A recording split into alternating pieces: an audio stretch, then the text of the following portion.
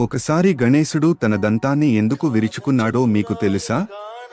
మహర్షి వ్యాసుడు మహాభారత మహాకావ్యాన్ని లిఖిత రూపంలో నిలపాలని నిర్ణయించుకున్నప్పుడు ఆ గ్రంథం ఎంత విస్తారంగా, క్లిష్టంగా ఉందో గ్రహించాడు. ఒంటరిగా దీనిని పూర్తి చేయడం సాధ్యం కాదని తెలుసుకుని ఒక యుక్తి ఆలోచించాడు. అపారమైన జ్ఞానం, బుద్ధికి ప్రసిద్ధుడైన గణేశుడి సహాయం కోరాడు. వ్యాస మహర్షి తన అభ్యర్థనను తెలియజేయగా గణేశుడు ఒక షరతుతో అంగీకరించాడు. మీరు మహాభారతాన్ని ఒక్క క్షణం కూడా ఆగకుండా నిరంతరం చెప్పాలి అని అన్నాడు.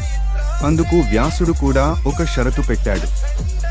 మీరు ప్రతి శ్లోకాన్ని పూర్తిగా అర్థం చేసుకున్న తర్వాతే దాన్ని రాయాలి అని చెప్పాడు. ఇద్దరూ ఒకరి షరతును మరొకరు అంగీకరించి మహాభారత రచనను ప్రారంభించారు. పురాణాల ప్రకారం గణేశుడు అద్భుత వేగంతో రాస్తూ ఉండగా మధ్యలో ఆయన వాడుతున్న కలం విరిగిపోయింది.